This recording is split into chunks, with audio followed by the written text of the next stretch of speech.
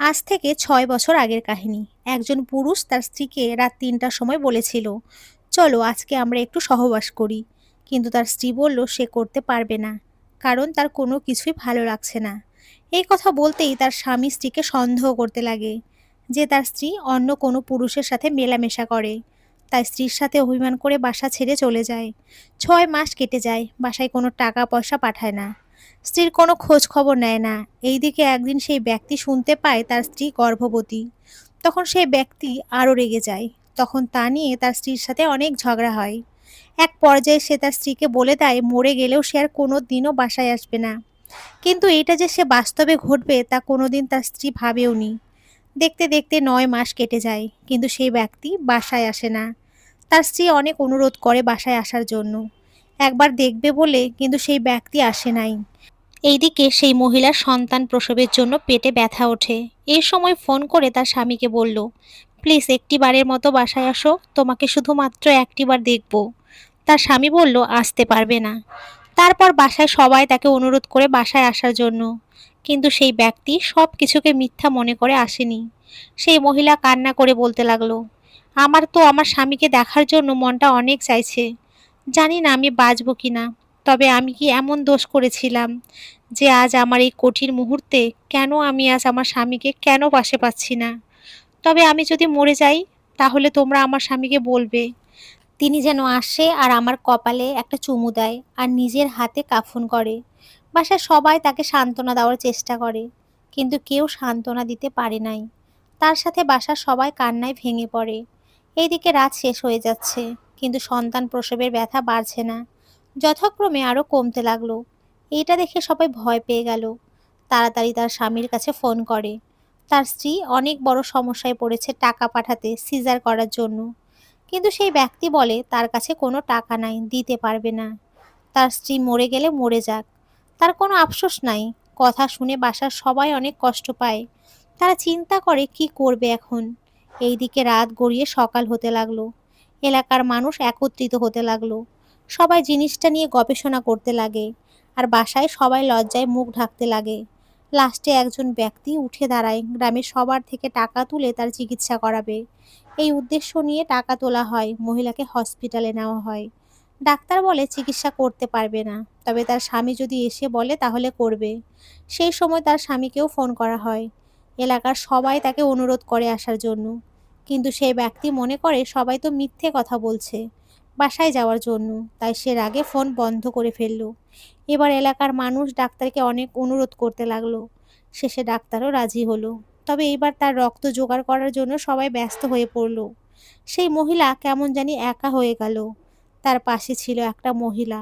সেই মহিলাকে সে বলতে লাগলো, আপা আমাকে একটু পানি দেবেন, আমার খুব পিপাসা লেগেছে। মহিলাটি তাকে ১ লিটারের পানির বোতল দেয়। সে একেবারে সেই পানি খেয়ে ফেলল। আরও পানি চাইলো, আরও খাওয়ার জন্য রুটি চাইলো, তাকে রুটিও দেওয়া হলো। সে এমনভাবে খাবার আর পানি খেলো যেন মনে হলো জীবনের শেষ খাবার সে একসাথে খেয়েছে। খাবার শেষ করে বলল, আপা একটু এদিকে আসেন, আপনাকে কিছু কথা বলি। তখন মহিলাটি তার পাশে গিয়ে বসলো। তখন মহিলাটি তার হাত ধরে কেঁদে ফেলল আর বলল, আপা হয়তো আমি আর বাঁচব না, আমার জীবন হয়তো এখানেই শেষ। তবে একটা কথা কি জানেন, যেইখানে আজ আমার স্বামীর থাকার কথা সেখানে আপনি আছেন। তাই আপনাকে আমি বলি, আমার সন্তান আছে, তাদের কেউ না দেখলেও আপনি দেখবেন। আমার ছোট ছেলে ২ বছর হবে, তাকে আপনার পাশে রাখবেন। আমাকে কথা দেন। তখন সেই মহিলা কাদার জন্য কিছু বলতে পারছে না। তা অনেক কষ্টে তার হাতে হাত রেখে বলল, এমন কথা বলবা না, তোমার কিচ্ছু হবে না। তখন সে বলল, আপা কাঁদবো তো আমি, আপনি কেন কাঁদছেন?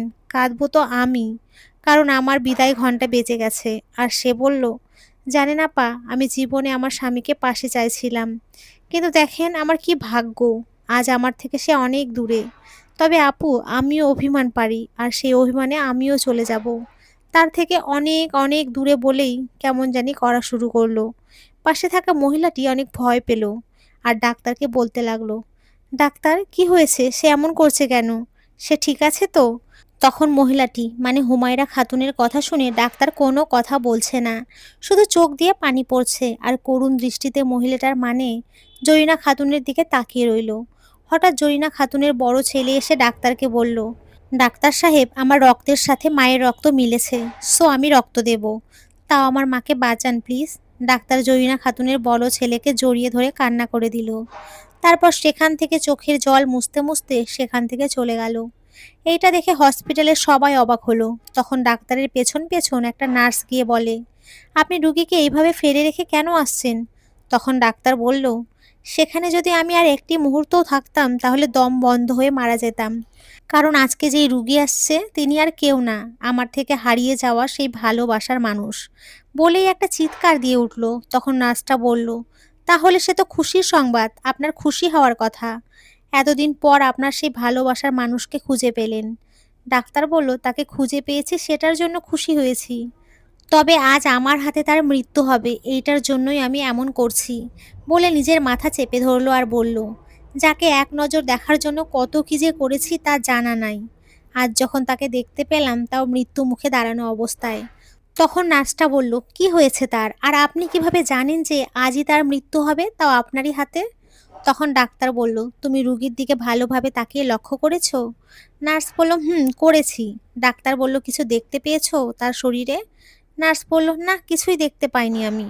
তখন ডাক্তার একটু হাসি দিয়ে বলল, কি করে দেখতে পারবে, তুমি তো নার্স, ডাক্তার হলে অবশ্যই দেখতে পেতে।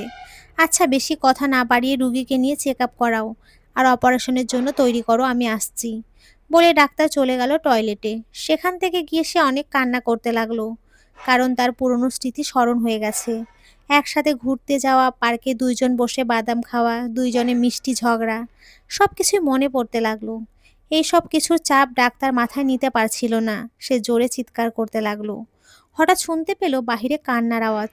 ডাক্তার তাড়াতাড়ি টয়লেট থেকে বেরিয়ে এসে দেখে তার সেই হারিয়ে যাওয়া ভালোবাসার মানুষটি মৃত লাশ হয়ে কেবিনের উপরে পড়ে আছে।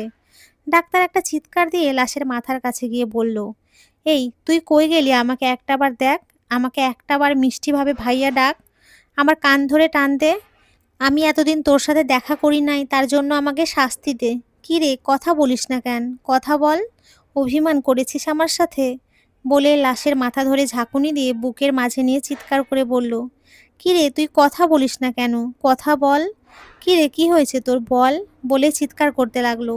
হঠাৎ ডাক্তারের কানে একটা বাচ্চার চিৎকার ভেসে আসে। অশ্রু সজল চোখে তাকিয়ে দেখে নার্সের কোলে ফুটফুটে একটা ছেলে বাচ্চা নিয়ে দাঁড়িয়ে আছে।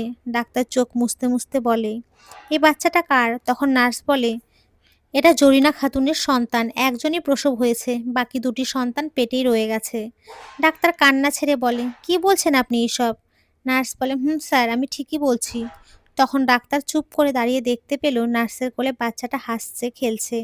আর তার মায়ের দিকে, মা জরিনা খাতুনের দিকে তাকালো।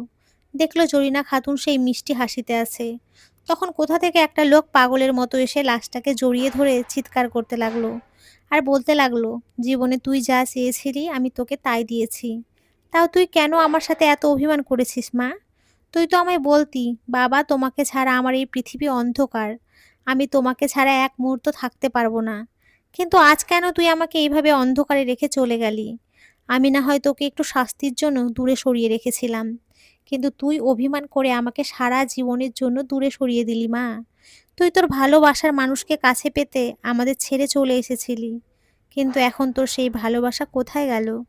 কই তোর ভালোবাসা? দেখেছিস মা, দুনিয়াটা অনেক অন্ধকার, যেখানে ভালো মানুষ খুঁজে পাওয়া যায় না, সবাই সাদা মনের পোশাকধারী। তবে যাই বলিস মা, তুই দেখিয়ে দিয়েছিস সত্যিকারের ভালোবাসার জন্য সব কিছু ত্যাগ করা সম্ভব। বলে চোখের জল মুছতে মুছতে চলে গেল। জরিনার বাবা যাবার সময় পেছন ফিরে একবার দেখেনি তার মেয়ে জরিনার লাশটি। তারপর জরিনাকে অ্যাম্বুলেন্সে করে বাসায় নেওয়া হলো। তখন রাত প্রায় ৩টা বাজে। অ্যাম্বুলেন্স থেকে জরিনার লাশটি নামানোর মতো কাউকে পেল না জরিনার স্বামীর বাসার লোক। তারপর ৩জন মানুষ জরিনার লাশটি অ্যাম্বুলেন্স থেকে নামালো। জরিনার লাশটি রাখা হলো। জরিনার অনেক কষ্টে নির্মাণ কাজ চলছে ঘরের সামনে। জরিনার স্বপ্ন ছিল সেই ঘরে তার স্বামী স্ত্রী সহ অনেক সুখে থাকবে। তাই তার স্বপ্ন স্বপ্নই থেকে গেল, বাস্তবে আর পূর্ণ হলো না। রাত পেরিয়ে দিনের আলো ফুটে উঠতে লাগলো। পাখির সুমিষ্ট কণ্ঠ ভেসে উঠল সবার কানে, আর সেই কণ্ঠের সাথে ভেসে উঠল এক সুর, যেটা শুনে গ্রামের সকলের চোখে পানি এনে দিল। গ্রামের সবাই একে একে এসে দেখতে লাগলো সেই মায়াবী চেহারা। চলে আসে সাংবাদিক, খবর দেয়, লাইভে বলে দেয় সেই সংবাদ, দেখে তার স্বামী কাতর হয়ে ওঠে, তার মাঝে এক ঝাঁকুনি শুরু হয়ে যায়। সেই মুহূর্তে চলে আসে বাসায়, এসে দেখে তার স্ত্রী তার সাথে অভিমান করে চলে গেছে অনেক অনেক দূরে। সে দৌড়ে এসে লাশের পাশে বসে পড়ে, আর জরিনার দুই কানের সামনে ধরে এক দৃষ্টিতে তাকিয়ে থাকে। আর নিজের চোখ থেকে জল পড়তে থাকে, নিজের চোখের সামনে ভেসে ওঠে তার পুরনো স্মৃতি। সে ভাবতে থাকে ভালোবাসার টানে এসেছিল একটু ভালোবাসা পাওয়ার জন্য, তবে সে তো সেই ভালোবাসা পেল না, পেয়ে গেল মিথ্যা অপবাদ। তার স্বামী বুঝতে পারে তার ভুল, তবে সে এখনো আফসোস করে অনেক। তো বন্ধুরা, আজকের এই গল্পটি এই পর্যন্তই। তোমরা সকলে খুব ভালো থেকো, সুস্থ থেকো। সকলকে অসংখ্য ধন্যবাদ। নমস্কার বন্ধুরা, খুব ভালো থেকো।